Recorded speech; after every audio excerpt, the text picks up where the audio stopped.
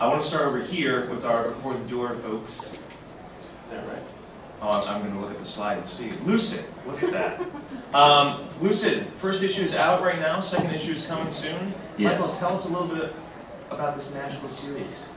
Well, Lucid is a very magical series. It takes place in a parallel world where major world powers have secret agents working for them behind the scenes that are trained in magic and sorcery.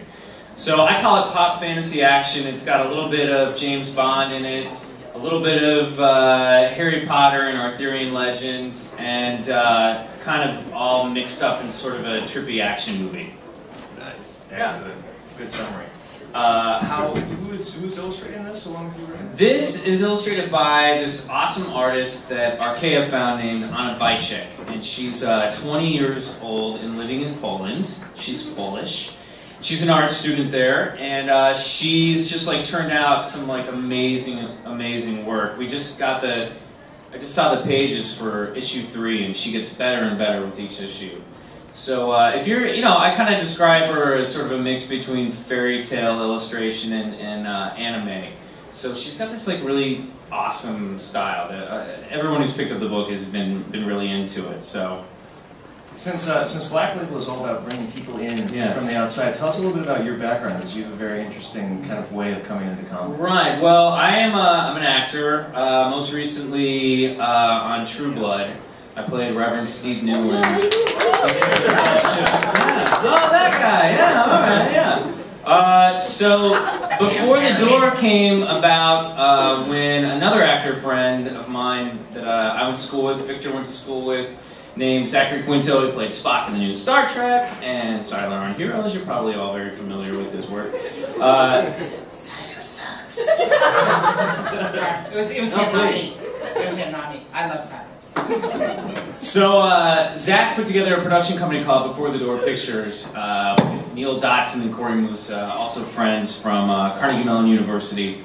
And one of the first things they wanted to do was create a comic book line. So they called me up. I've been a long-time comic fan and reader and a writer myself, and aspiring writer, I should say. Lucid is the first comic book that I've written. I'm very excited about it. But so we got together and we cranked out a couple of comics that I think we're both, Victor and I are both really proud of. He'll tell you about it in a second. Well, Lucid, like I said, the first issue of Lucid is out right now. It's a 4-issue miniseries. It's going to be collected into a beautiful hardcover coming this winter. Any fans of Harry Potter, any fans of James Bond, anyone who wants to see a magical adventure that's very grounded in the real world, but totally kick-ass Bond belief should pick it up. And, Hi, I'm Michael McMillian, and I am the writer of the comic book Lucid, which is being published by Archaia Comics and Before the Door Productions. Lucid is a comic that takes place in a parallel universe where major world powers have secret agents working for them that are all trained in magic and sorcery. It's a little bit of a blend of James Bond, it's a little bit of Harry Potter and Arthurian legend, sort of a pop fantasy action comic book miniseries. And I guess the idea just came out of, I have always been a little bit of a buff of the paranormal and into reading about the history of the occult and magic. And one of the historical figures I've found really fascinating is John Dee, who was Queen Elizabeth I's magician, alchemist, mathematician. And I just thought it was really cool that at one point, and probably many points in history, there were mystical advisors and magicians working for the heads of government. So I thought it'd be kind of cool if Barack Obama had a magician working for him in his administration. So that's kind of really where Lucid came out of, that idea and sort of the interested in creating a modern Merlin that really took place in contemporary America. That being said, some of the, it is a parallel universe, so instead of Barack Obama, we have Jefferson Monday as our president.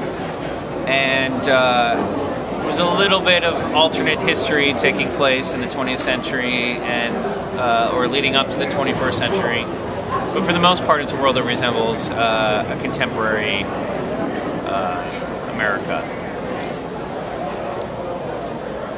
And that's really where for me, the interest in magic came from. That and, I've been reading comics for years, and a lot of my favorite writers, Grant Morrison and Alan Moore, are self-proclaimed magicians and practice magic. And so reading books like The Invisibles, Promethea, I got interested in where those guys were coming from and reading interviews with them. I read Grant Morrison's Pop Magic, which has a direct influence on Lucid. All of the magic spells that Matthew D. and other combat mages cast in Lucid are sigils. And I wanted to do something with the spell casting that would work only in a comic book and hadn't really been done before. I didn't want to do backwards language or faux Latin or any of that stuff, because it's just been done before. So I thought it'd be kind of cool to take some of the sigil magic that Grant Morrison had been talking about in his stuff and apply that to the spell casting in Lucid. So if there's any attempt for any kind of authentic magic in Lucid, it really is the sigils. They all have a real world meaning. They've all been created to have that meaning specifically. They're also designed at the same time to be used within the world of Lucid, so they have a meaning within the world of Lucid and then a meaning within our real world. But beyond that, really, I'm just sort of picking and choosing things that I'm interested in history of magic, and sort of creating a fictional world where some of those laws apply. But there's so much stuff out there that I quickly discovered that it was really hard to create a comic whose mythology is going to strictly follow all the magic that's been written down or discussed or in history. One, just I don't think I have the time or patience to learn everything and how to apply it to a comic book.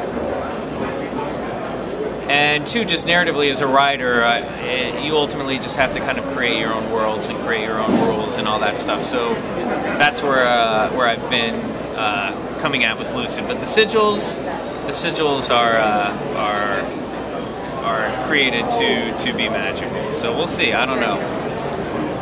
I don't really practice magic, so I could be going about it all the wrong way. But I think it's cool stuff, and it's interesting, and it's fun. Ultimately, it's entertaining for me as a writer, and hopefully for the reader. The idea for using the sigils came directly from reading Grant Morrison's Pop Magic, and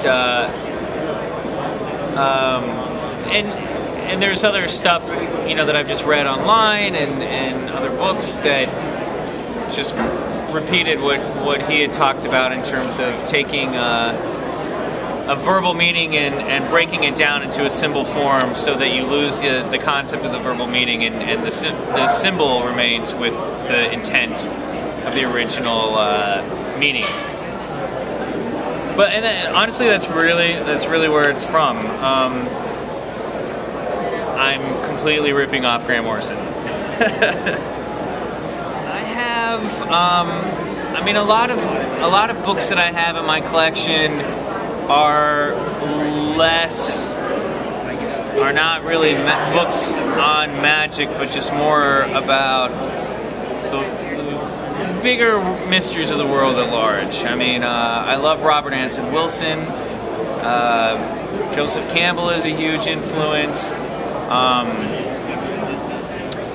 I have some books on John Dee, and I have a couple books in my collection that I'm trying to remember titles and names. Some of them I read years ago before I started writing Lucid, but I'm not following any sort of one direct school of thought. Again, I'm not a practicing magician at all, and I can't claim to be that.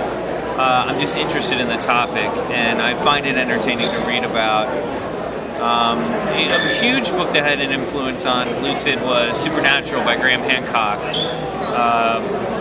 who's just a really entertaining writer, really easy to read his stuff. But this idea of people having inherently higher level access to higher levels of consciousness was something that I was really interested in. The idea that a lot of the creatures that come out of folklore and mythology could actually be reflections of our own psyche is something that I found really, really cool and really interesting. In an early version of Lucid was going to be a much less literal version of some of these things, and really kind of, it was originally going to be a bit more darker and a bit more about government experimentation into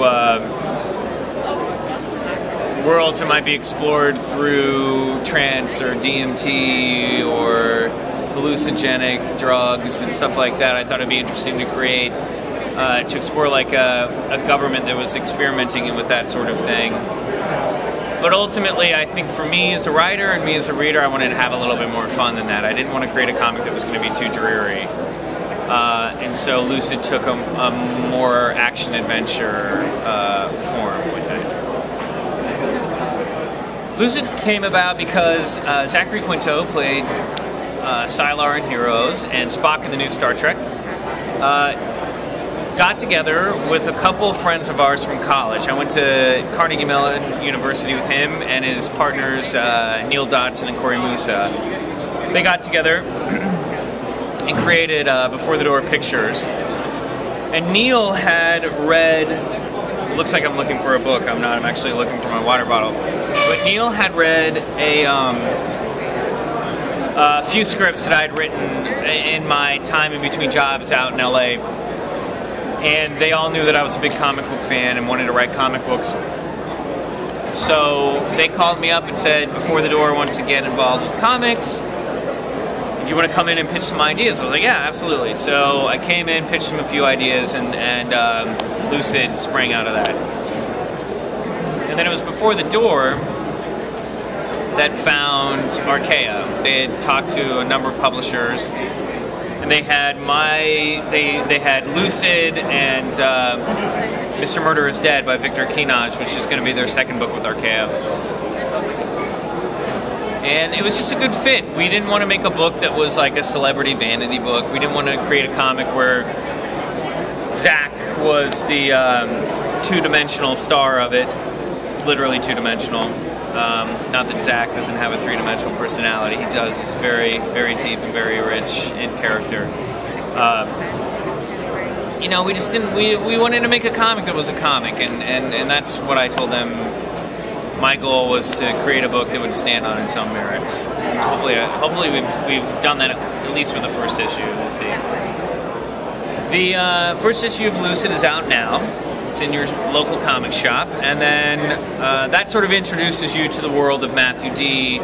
and President Jefferson Monday's administration and the Majestic Intelligence Program, which is the government program that employs magicians to do work for them. And really, issue 1 is just a bit of a primer to throw you in the world, meet some of the characters, and sets up where we're going to go for the next 4 issues, which is there's this occult weapons dealer somewhere out there in the black market who's claiming to be this figure called the Pendragon, the next reincarnation of King Arthur. And since this has roots in a magical prophecy, Matthew D., who is combat mage for the United States and protector of our realm, has to track this guy down and find out who he is and why he's selling highly illegal and dangerous occult weapons on the black market. But each issue along the way will focus on a separate mission that he's on to sort of track down this figure and find out who he is. So I think issue 2 is really exciting. It really ups the stakes in a lot of big ways, and just gets us further into Matthew's world, and a little bit more, gives you a little bit more of the history of Lucid's version of the United States. And I'm excited about it. Anna Vicek, our artist, is doing amazing work. I just saw all of her pencils for issue 3, and they look amazing. I'm really, really happy with the way the book is turning out. So issue 2 will be in shops November 3rd. The hardcover will be collected in spring of 2011, but publishing's always a little tricky, so it may not be out till the summer, but I think their aim is it'll definitely be out by ComicCon next summer. And from what I hear, it's going to be a beautiful collection, and I'm really looking forward to having all 4 collected in one volume. I think I'll be a very proud papa when that day arrives. I'm currently working on an original graphic novel with my best friend that I've been friends with since we were in the 2nd grade. It's called Indian and the Bandit, and it's about childhood best friends and sort of the last year of boyhood innocence. It's a very different book than Lucid. It's not about superpowers or magic. It's a really simple slice of life kind of coming of age story that's more akin to like a Wes Anderson movie or something. And then I've got a project coming up that I can't talk about yet with another publisher I'm very excited about. That'll be announced hopefully at Long Beach Comic-Con. And into the not so distant future, I hope we'll be doing more volumes of Lucid. There's a complete story in Volume 1, but it is a world and that I've created to last and go on into further stories. So I really hope I'll be getting to work on Lucid for years to come. I'm very interested in magic, and you know, it's possible that Lucid would become sort of a gateway drug for that, for me. But as right now, I'm coming at it from more of an author's approach, and just telling a story and finding inspiration and stuff I like to read about, and using it to build a fictional world. But Lucid won't be a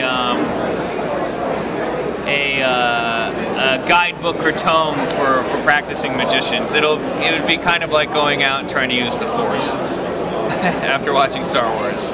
You're not going to get a lot of results unless you're a highly adept Jedi, in which case you might be able to blow up the Death Star. But otherwise, nothing. I have been reading comics ever since I was a kid. I picked up Amazing Spider-Man 305 at Dillon's grocery store in Olathe, Kansas when I was in the 3rd grade, and I've just been hooked ever since. I've always been a bit of a Marvel zombie, but I read a couple DC things. I love Grant Morrison's run on Batman. But other writers that I've really come to follow are obviously Grant Morrison, Alan Moore, Warren Ellis, Mark Miller, Brian Michael Bendis. I love Jeffrey Brown, I love Adrian Tomine, I love Chris Ware, Daniel Clowes, Harvey Pekar. I sort of have a wide, I guess, appreciation for everything that's out there. But I tend to follow the writers that I love. When I was a kid, I followed artists, and now I tend to follow the writers that I like best. As a kid, I loved, obviously, Todd McFarlane was big, Jim Lee. Now I love J.H. Williams. I love Chris Sprouse, I think is amazing. John Romita Jr. Brian Hitch. I mean, again, Daniel Clowes and Chris Ware and Adrian Tomine. I think Adrian Tomine is one of the best cartoonists alive. But yeah, and frankly, I'm really excited about working with Anna Vicek on Lucid. I think she's gonna have a long career in comics. So one day, when she's far more popular as an artist than I will ever be as a writer, I'll be able to brag and say that Lucid was her first comic gig. New York ComicCon has been great, and you know, this is my first year going to conventions as a comic writer or creator, and the thing that I really like about coming to conventions is you really get to you get to meet fans one-on-one and talk about your work and talk about what they love to read. And you know, being an actor in Hollywood, you tend to have working in TV or film, you know, you're usually pretty separate from your audience, and it's great. I mean, I'm a comic fan, I'm a comic reader. I think that